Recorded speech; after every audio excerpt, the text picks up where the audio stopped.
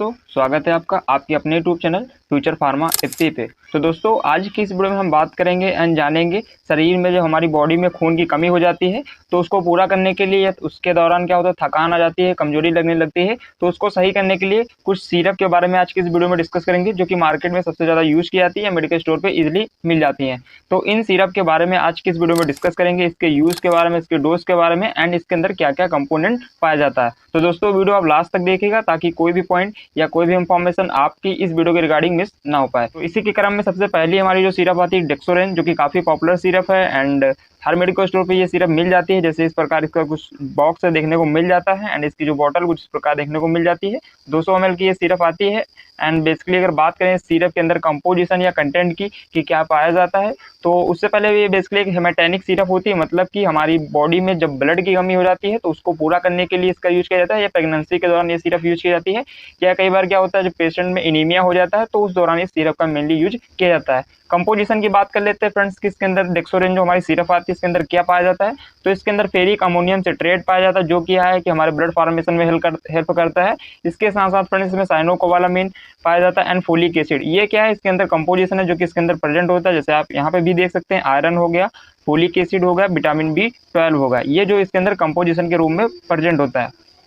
दोस्तों, बात कर लेते हैं इसकी डोज की कि जो डेक्सोरेन सिरप होती है वो कितनी डोज में लेना चाहिए। तो अमूमन ये डोज जो होती है अडल्ट में 10 ml ओडी चलाई जाती है, मतलब दिन में एक बार 10 ml लेना होता है। हाँ, इसकी जो डोज है वो वेरी कर सकती है पेशेंट की कंडीशन के अकॉर्डिंग, जो डॉक्टर लोग होते हैं वो इसकी डोज डिसाइड करते हैं, बट सामान्य डोज इसकी यही चलती है।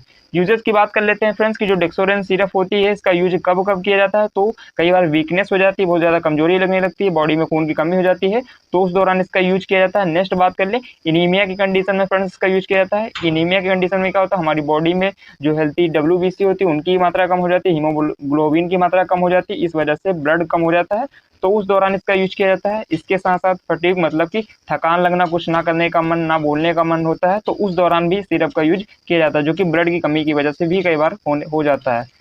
नेक्स्ट फ्रेंड्स बात कर लें कई बार वेट गेन, मतलब कि जो बॉडी का वेट है तो अगर उसको बढ़ाना है तो उस दौरान भी सिरप का यूज कर लिया जाता है। या पाइल्स के ट्रीटमेंट में भी काफ़ी इफेक्टिव रोल प्ले करती है। ऐसा क्यों होता है, क्योंकि पाइल्स के दौरान क्या होता है, हमारी बॉडी से काफ़ी ब्लड लॉस होता है, तो उसकी रिकवरी करने के लिए भी सिरप का यूज किया जाता है, या उस दौरान यूज कर सकते हैं। एंड इसके साथ साथ जब मेंस्ट्रुएशन साइकिल के दौरान क्या होता है कि जो फीमेल्स में काफ़ी ब्लड लॉस हो जाता है, कई बार मेंस्ट्रुअल साइकिल के दौरान एक मंथ में 2-3 बार ब्लीडिंग हो जाती है, तो वहाँ पे काफ़ी ब्लड लॉस होता है, तो उसकी रिकवरी करने के लिए भी डेक्सोरेन सिरप काफ़ी हेल्पफुल होती है। तो मुझे उम्मीद है दोस्तों आपको डेक्सोरेन सिरप की बारे में अच्छे से कंफर्म हो पाया होगा। नेक्स्ट बात कर लेते हैं, बात करते हैं अरिस्टोजाइम सिरप की। ये भी काफ़ी पॉपुलर सिरप है, मार्केट में काफ़ी पॉपुलर सिरप है। बेसिकली इस सिरप की यूज़ की बात करें तो ये क्या डाइजेशन को इम्प्रूव करने के लिए यूज़ किया जाता है। डाइजेस्टिव प्रकार की बेसिकली ये एस्ट्रोजाइम सिरप होती है। कहीं ना कहीं ये हमारे जो डाइजेशन को बढ़ाने का या उसकी प्रोसेस को बढ़ाने का काम करती है। इसके अंदर फ्रेंड्स बात करें अगर कंपोजिशन की क्या पाया जाता है, तो फ्रेंड्स इसके अंदर पेप्सिन एंजाइम पाया जाता है एंड डाइस्टरेज एंजाइम पाया जाता है। ये दोनों एंजाइम क्या करते हैं कि जो हमारी पाचन की क्रिया होती है उसको बढ़ा देते हैं, जिसकी वजह से फूड जो है अच्छे से पच जाता है, फिर पचता है तो हमारी बॉडी में अच्छे से लगता है या अब्जॉर्ब होता है, जिसकी वजह से जो कमजोरी है या जो डाइजेशन की प्रॉब्लम है वो सही हो जाती है। अगर बात कर लें इसके अंदर इस्तेमाल की कब कब हम एस्ट्रोजाइम सिरप का यूज कर सकते हैं फ्रेंड्स, तो इसके यूज़ की बात करें तो इनडाइजेशन जब हो जाता है, खाना हम कुछ खाते हैं वो सही से पचता नहीं है, तो उस दौरान इसका यूज कर सकते हैं। इसके साथ साथ कई बार क्या होता है हम कुछ भी खाते हैं वो पचता नहीं, पेट जो है फूला फूला लगने लगता है, या खाना जैसे लगता है कि अभी भरा भरा है, तो जब ऐसी समस्या आती है तब भी इसका यूज कर लिया जाता है। इसके साथ पेशिया जब हो जाता है, मतलब अपच की जब प्रॉब्लम होती है उस दौरान भी इसका यूज किया जाता है। हिचकप, मतलब कुछ पेशेंट ऐसे होते हैं जिसमें हिचकी बार बार आने लगती है, तो ऐसी समस्या जब होती है तो उस दौरान भी यूज कर सकते हैं। इसके साथ साथ कोई भी किसी प्रकार की अगर गैस्ट्रिक प्रॉब्लम्स होती हैं, गैस का बनना या सही डकारों का आना, तो ऐसी जब समस्या होती है तो उस दौरान भी इस सिरप का यूज कर लिया जाता है।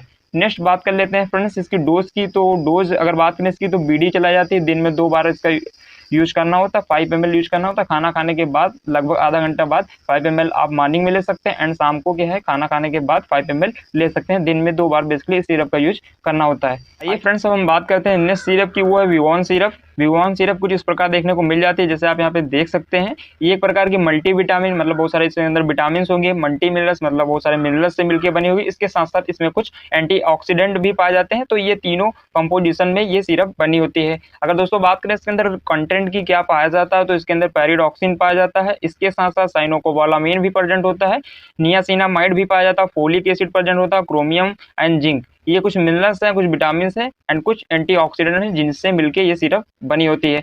डोज की बात करें फ्रेंड्स तो क्या है 5 ml ओडी चलाई जाती है, दिन में एक बार लेना होता है खाना खाने के बाद।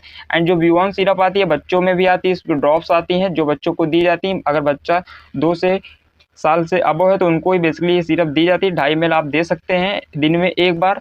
एंड अगर बात करें दोस्तों ये B1 सिरप के इस्तेमाल की कि कब इसका इस्तेमाल किया जाता है, तो जब स्ट्रेस हो जाता है, बहुत ज़्यादा तनाव हो जाता है, एंजाइटी का प्रॉब्लम होती है, तो उस दौरान इस सिरप का यूज किया जाता है। इसके साथ साथ फटीग मतलब हो जाता है थकान लगना, उस दौरान इस सिरप का यूज किया जाता है। या भूख नहीं सही से लगती है तो भूख को इंक्रीज करने के लिए सिरप का यूज किया जाता है। इसके साथ साथ जो हमारी बोन हेल्थ होती है, हड्डियों में कई बार पेन होने लगता है तो उसको ट्रीट करने के लिए भी सिरप का यूज किया जाता है। हमारी जो स्किन हेल्थ होती है उसको इम्प्रूव करने के लिए सिरप का यूज किया जाता है, या उस दौरान यूज कर सकते हैं।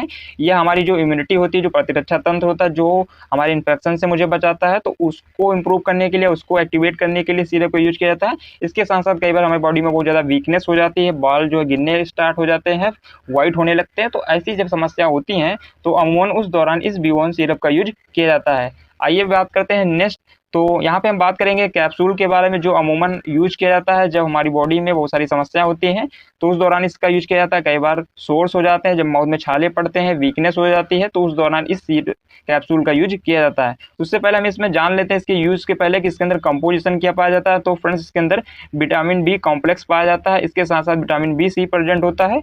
अगर बात करें इसके अंदर कंपोजिशन की तो vitamin B1, B2, B3, B5, B9, B12 ये क्या है विटामिन बी का कॉम्प्लेक्स है। इसके साथ साथ इसमें विटामिन C एंड पेंटोथिनेट ये क्या है इसके अंदर कंटेंट है जो कि पाया जाता है या कंपोजिशन के रूप में इसके अंदर प्रेजेंट होता है।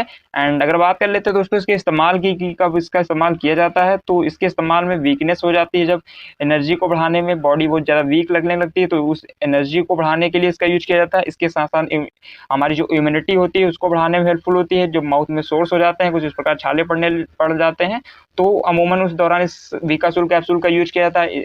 जो हमारी स्किन की हेल्थ है उसको मेंटेन करने के लिए, हमारी जो RBC की मात्रा कम हो जाती है उसको बढ़ाने में ये काफ़ी कारगर होता है। इसके साथ साथ जब हमारे बाल झड़ने लगते हैं, गिरने लगते हैं, वाइट होने लगते हैं, तो उस दौरान भी इसका यूज कर लिया जाता है। इसके साथ साथ जो हमारे नेल्स होते हैं उनको हेल्थी बनाने में ये कैप्सूल काफ़ी हेल्पफुल होता है। तो ये हो गया इसके यूज़ की बात। अब बात करते हैं इसकी डोज की। तो ये जो विकासुल कैप्सूल होता है, आपने इसका काफ़ी पॉपुलर है, हो सकता है आपने इसका यूज भी किया हो। तो ये एक कैप्सूल दिन में एक बार खाना खाने के बाद इसका यूज किया जाता है।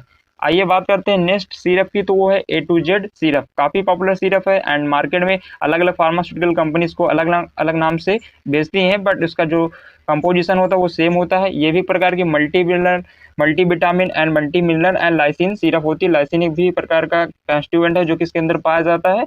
अगर कंपोजिशन की बात करें दोस्तों कि A to Z सिरप में क्या पाया जाता है, तो इसके अंदर विटामिन A प्रेजेंट होता है, vitamin B, B1, B2, B3, B5, B6, B12 and इसके साथ साथ vitamin C and vitamin D ये क्या है इसके अंदर कंपोजिशन है जो कि पाया जाता है। अगर इसके यूज़ की बात करें तो इसका यूज़ भी आप यहाँ पे देख सकते हैं। वीकनेस हो गया, हमारी एनर्जी को इंक्रीज करने के लिए, इम्यूनिटी को बढ़ाने में, हीमोग्लोबिन की मात्रा को बढ़ाने में, जो हमारी स्किन हेल्थ होती है, हेयर की हेल्थ होती है, जो इंक्रीज एनर्जी हमारी बॉडी में इंक्रीज करने के लिए, या क्या है जब कई बार बहुत ज़्यादा तनाव हो जाता है तो उसको कम करने के लिए इस A to Z सिरप का यूज किया जाता है। तो फ्रेंड्स यहाँ पे हमने A to Z सिरप के बारे में जान लिया। अब हम बात करते हैं नेक्स्ट इसकी डोज की। तो ये जो सिरप होती है 10 ml OD दिन में एक बार इसका यूज करना होता है, 10 ml खाना खाने के बाद। इस सिरप के साथ कुछ कंट्राइंडिकेशन होते हैं जिस दौरान इसका यूज नहीं करना होता है। पहली, जब प्रेगनेंसी के दौरान इसका आप यूज नहीं करना होता है। इसके साथ साथ जब आपको सांस लेने में प्रॉब्लम होती है, ब्रीथिंग प्रॉब्लम होती है, तो उस दौरान इस सिरप का यूज नहीं करना होता है। आइए नेक्स्ट बात करते हैं एक कॉमन इंजेक्शन के बारे में, न्यूरोबियन 4, जो कि एक multivitamin and multi minerals injection होता है। एंड इसके साथ साथ इसकी जो टेबलेट फॉर्म में आती है तो आप दोनों चीज़ का यूज कर सकते हैं। एंड ये प्रकार का जो न्यूरोबियन काफ़ी पॉपुलर इंजेक्शन है एंड इसका जो टेबलेट फॉर्म में भी अवेलेबल होता है। ये एक प्रकार का मल्टीविटामिन एंड न्यूट्रिएंट सप्लीमेंट होता है जो हमेशा पेशेंट में दिया जाता है जब से बहुत ज़्यादा प्रॉब्लम होती है, काफ़ी टाइम से जब बीमार होता है तो उस दौरान दिया जाता है। न्यूरोबियन 4 इंजेक्शन की बात करें तो इसके अंदर क्या है, विटामिन बी कॉम्प्लेक्स पाया जाता है। इसके साथ साथ इसमें विटामिन B12 प्रेजेंट होता है। इसका यूज़ की बात करें फ्रेंड्स तो कई बार हमारी बॉडी में जब पेशेंट बहुत ज़्यादा टाइम तक बीमार रहता है तो विटामिन की डिफिशियंसी हो जाती है या उसकी कमी से कई सारी बीमारियां होती हैं, तो उस दौरान उसको सही करने के लिए इस न्यूरोबियन 4 इंजेक्शन का यूज किया जाता है या इसके टेबलेट का यूज किया जाता है। अगर दोस्तों बात यूज़ की किस दौरान हम इसका यूज कर सकते हैं, तो न्यूरोबियन जो 4 इंजेक्शन होता है, इसका यूज बहुत सारे इन्फेक्शन होते हैं या डिजीज़ होती हैं, तो उस दौरान पेशेंट काफ़ी कमज़ोर हो जाता है, तो उस दौरान इसका यूज किया जाता है। इसके साथ-साथ प्रेगनेंसी के दौरान या लैक्टेशन के दौरान इसका यूज किया जाता है। एंड इसके साथ-साथ जब हमारे माउथ में अल्सर हो जाते हैं, सोर्स हो जाते हैं, घाव हो जाते हैं, तो उस दौरान भी इस टैबलेट का या इस इंजेक्शन का यूज किया जाता है। इसके साथ-साथ हमारी जो भूख है उसको बढ़ाने में हेल्पफुल होता है ये।